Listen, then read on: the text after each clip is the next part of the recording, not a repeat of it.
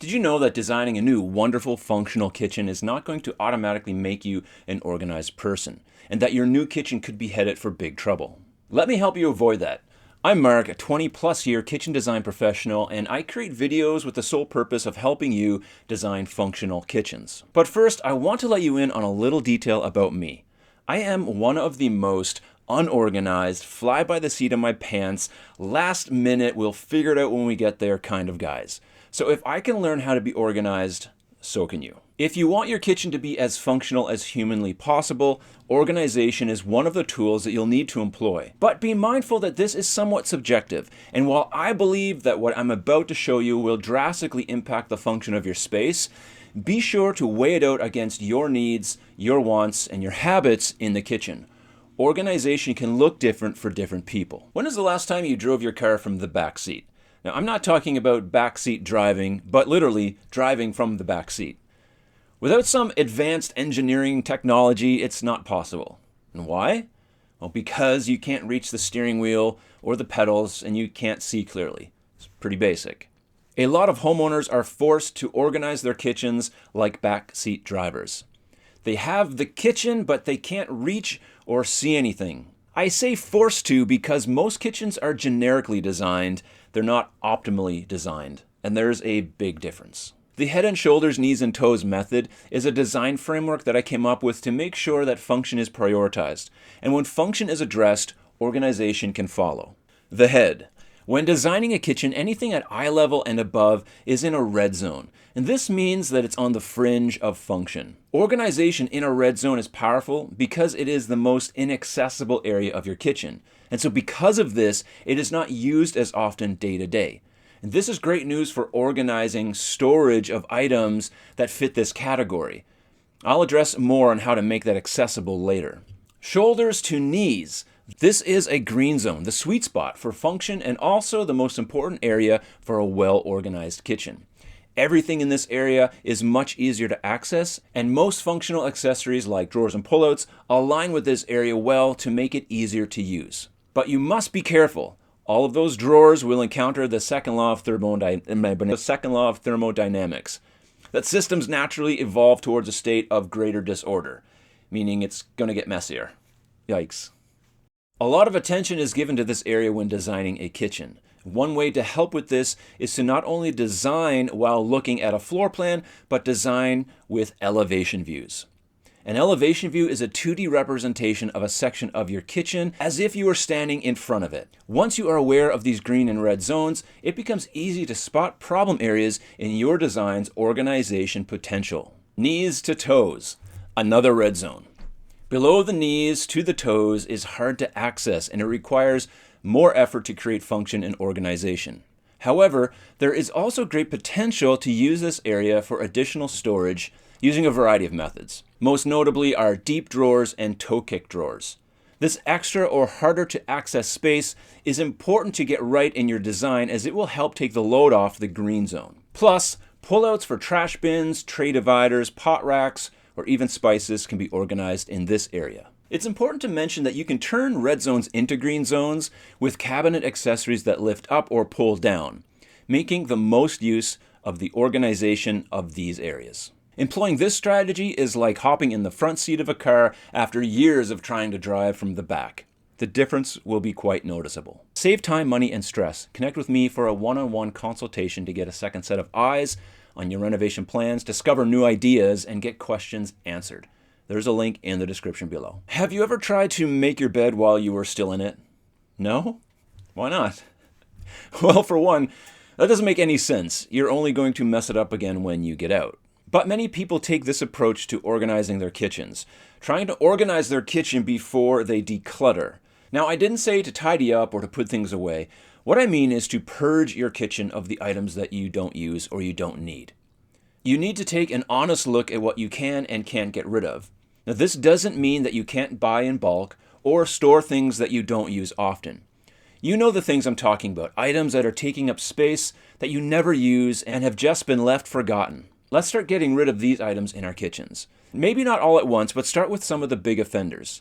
The space over your fridge, your sink base, that disastrous junk drawer, your corner cabinet, and all the stuff that's on top of your wall cabinets that don't have a home. You don't want to overwhelm yourself, but this is a must, and a little bit every day can make a big impact. Now I know what you might be thinking. I'll just declutter once my new kitchen is installed. But let me tell you, that's a bad idea. I'll let you in on a high-level pro tip. Designing functional kitchens means that you need to do an audit of all the stuff in your kitchen beforehand. This list will help you determine where and how things are going to be stored in your new design, long before there's any cabinet screwed to the wall. You'll want to have a nice, clean purge list of kitchen items that you can then find a home for in the planning phase. I promise you, your kitchen will thank you for it. Organization will be a lot easier from day one. The same as making your bed just got a whole lot easier now that you're up and at 'em. You've likely heard the saying, you can't fit 10 pounds of potatoes in a 5-pound bag. If this isn't the story of kitchen organization, then I don't know what is. But what if you could actually fit 10 pounds of potatoes into a 5-pound bag? I mean, you could mash the potatoes, drastically reducing the air gaps and therefore likely allowing you to fit 10 pounds quite easily. Or what if you had a 5-pound bag that was stretchy? Or maybe you realize that you don't need 10 pounds of potatoes after all. Your kitchen is a 5-pound bag. So you need to find solutions. It might be by consolidating your items using organizing hacks, or stretching the limits of your kitchen capacity using accessories for storage, or by deciding to finally get rid of the extra things that never get used. Let's address the big problem areas in most kitchens. Above the fridge. You can leave this area as one big open cabinet used for storage of items that are not used often. The problem is accessibility, but there are ways to make it accessible. Pull-outs, pull-downs, dividers for sheet goods and pans are just a few. A pull-out is my favorite because it brings a red zone into the green zone, and it leaves the back of the cabinet available for seldom used items. The sink cabinet is another red zone, an area that is challenging to organize. It's usually avoided because it seems like it's more of a utility space. But you can make great gains here in a renovation by opting for a single bowl sink with an offset drain that allows you to plumb the sink in such a way that it leaves much of the cabinet usable. Add a few simple inserts and you can reclaim the space to help you organize the under-sink staples such as cleaning supplies or even to add a trash can. Organized storage is possible, but it needs to be intentional. And this is why proper planning is important. Work with your designer to make sure every inch of your kitchen is being used and being used well. When I was young, I spent a lot of time skateboarding. We live in a small town and the opportunity to ride big ramps like we'd see in magazines was only a dream. Till one day, one of the kids' dads in the neighborhood built a half pipe. And having a half pipe in your neighborhood was epic. My dreams of riding like Tony Hawk could actually be finally realized. But the kid's dad would go and put locks and chains across the half pipe so nobody could ride it.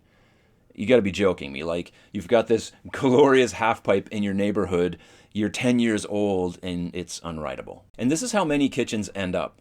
Homeowners spend all kinds of money on this big, beautiful kitchen only to render it unusable with small appliances and canisters and all kinds of other miscellaneous, unrelated kitchen items stored all over the countertops. It's like chaining up the whole thing and putting locks on it.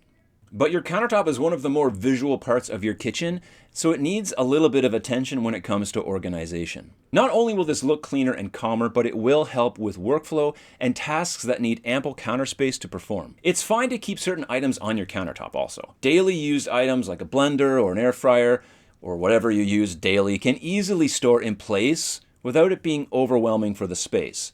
After all, it is a kitchen, and everyone expects to see something on a countertop. This also comes down to your tolerance of mess. Everyone is different, and organization can look different for different people. When's the last time you went shopping for a dress or a shirt looking for the ugliest one? And no, that's not what I did with this shirt, so leave that out of the comments. While you want the piece of clothing to fit and function well, you also have a desire for it to look good. That's why they have dressing rooms with mirrors. Designing a kitchen for organization is not just about function, but it's also about aesthetics. No one has ever come to me asking for a kitchen that's super ugly and like unorganized. It just doesn't happen. We want well organized, but also beautiful spaces. An organized kitchen lends itself well to this desire because it creates a clean and calm atmosphere. And this is not just reserved for minimalists either. In fact, I think minimalist kitchens are actually harder to organize. But great organization is possible in any design style, because the principles are all the same. Apply the principles and you'll achieve success. Now, I want to give you some general kitchen organization tips that will help you even if you're not renovating your kitchen. Group items by cuisine type or cooking style.